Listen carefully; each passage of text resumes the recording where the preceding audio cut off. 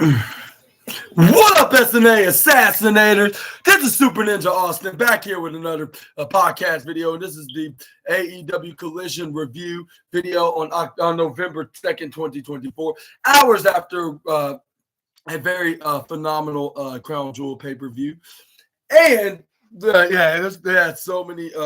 This was a totally, I'll say, terrifically average, I guess you could say, or maybe the right term is pretty decently terrific, I guess you could say.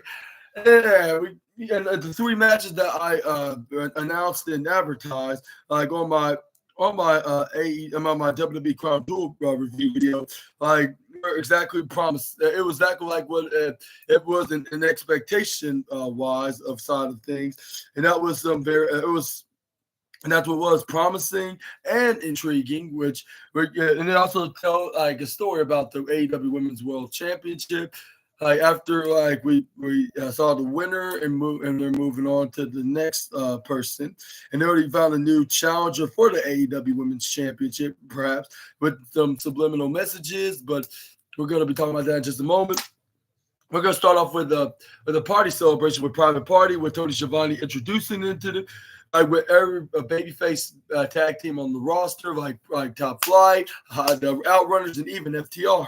But Tony Schiavone have a little in-ring interview with the new AEW Tag Team Champion, where the fans are chanting, "You deserve it." He was like, after a 7-month reign that the Young Bucks had, like y'all defeated the Young Bucks, and y'all defeated the Young Bucks, and I bet it must feel great. And that's where then.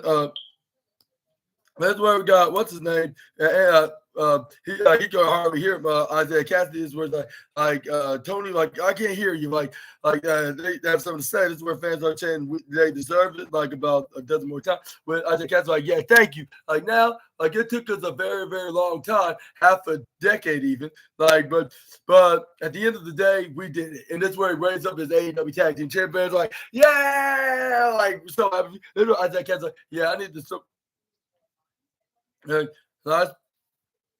he was like, and I swore to my mama we're going to win these titles. And you best believe, when you swore about anything about your mama, you best believe it's going to happen. And this is where fans start chanting, like, yeah, like you darn right. This is where we got Mark Quinn continue, like when the microphone been passed in by his little brother, Zay.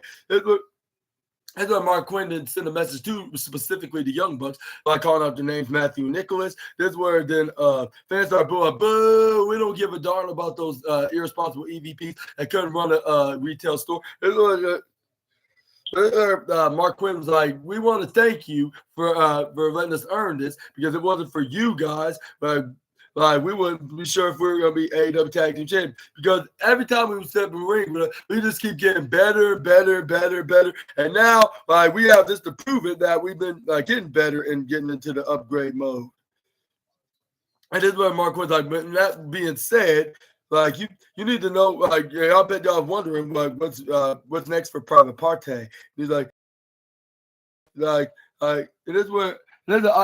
That's what Isaiah Cassidy is like. No, like that's not what's next. We're gonna take shots after when the fans start chanting for shots. Because they want the shots as much as the fans over the other company. Fans start chanting shots. And that's where Isaiah Cassidy I promise you. I promise it's after. So no worries. And he's like, speaking of shots, this is what's next. He'll be willing to defend his tag team championship up against anybody and anybody. And that means everybody as well. And that's where they raised the championships right up in the air. That's where we got the heel tag teams right up on the stage. This is where we got. That's where Isaiah Cassidy was mocking Uncle Dexter Axe. He did not take that lightly, and is where he pushes Isaiah Cassidy. But luckily Daniel Garcia was there to be the peacemaker. He's like, no, not in this ring. Y'all. That's where then what's his name? It was Truth Magnet. It was like, guys, we don't need this. We need friendly competition here. He's like, yeah. He was like, and the reason why we're here is for that one reason and one reason only, boys. And then this is what he could do. Like, and that is celebrate the 5-year journey of Private Party right here, right now in Philadelphia, Pennsylvania. This is where fans are like, yeah, like we like the sound of that. This is where but this is where what's the name? What's the name? Not Truth Magnum. Turbo Floyd was like, yeah, whatever happened in the past stays in the past. Like the Young Bucks are dog. Private Party's here. Like in understand the time here. Like it's their time. Like now it's Private Party's time. Right here, right now, ladies and gentlemen. This is where fans are like, yeah. Like say it loud. This is where then Turbo Floyd was like, the sign does not say. He was like, and the sign does not say like that FTR, like, and then let's say Private Party. Like, heck, it don't even say the Route Runners. It says AEW, like with the best tag team, like tag team wrestlers go bang. And this is where fans are cheering, like, yeah, like tell it, my boys. And this is where they shook hands. This is where they show like a little bit of respect. Like, well, I'll say a little bit. They show a whole lot of respect to each other. Say like, yeah, like they hope that they do face each other. Well, Private Party start celebrating with the crowd, like if it was this past Wednesday.